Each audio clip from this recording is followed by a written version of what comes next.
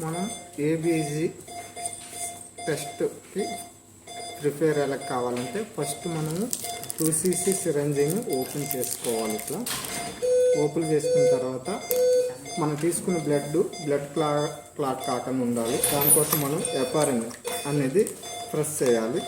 ఎట్లా యూజ్ చేయాలంటే ఎపారిన్ వైల్ తీసుకొని సిరంజి ఇట్లా పుష్ చేసి కంప్లీట్గా కింద వరకు ఇంజెక్షన్ తీసుకొని మళ్ళీ యాజ్ ఇట్ ఈజ్గా లోనికి ఇలాగ పుష్ చేయాలి. ఓన్లీ ఎపారిన్ ప్రెస్ చేస్తే సరిపోద్ది, ఎందుకంటే మనం తీసుకున్న బ్లడ్ క్లాట్ కాకుండా ఉంటుంది. తర్వాత మనం పేషెంట్ సైడ్ వెళ్ళి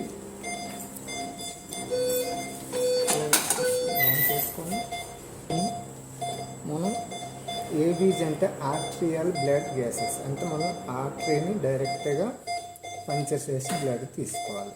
కనుక ఫస్ట్ మనం తీసుకునే ముందు స్పిరిట్ లేదా స్టెరిలిన్ తీసుకొని నీట్గా మనం ఎక్కడైతే బ్రిక్ చేసుకున్నామో అక్కడ స్టెరైల్ క్లీన్గా చేయాలి, ఎందుకంటే ఇది స్టెరైల్ ప్రొసీజర్.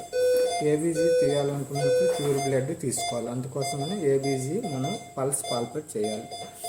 హ్యాండ్ నిలవ పట్టుకొని ఒకరి హెల్ప్ తీసుకోవాలి. ఇట్లా హెల్ప్ తీసుకొని మనం ఫస్ట్ పల్స్ని పాల్పేట్ చేయాలి.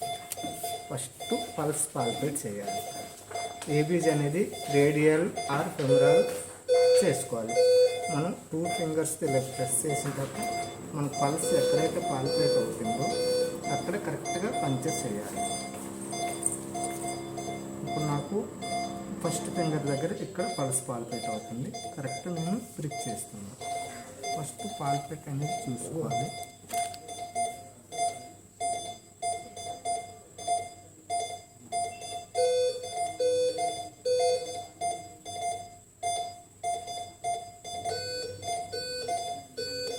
ఇలాగా బ్లడ్ వచ్చిన తర్వాత ఇలాగ సిరంజితో మనం పైకి తీసుకోవాలి.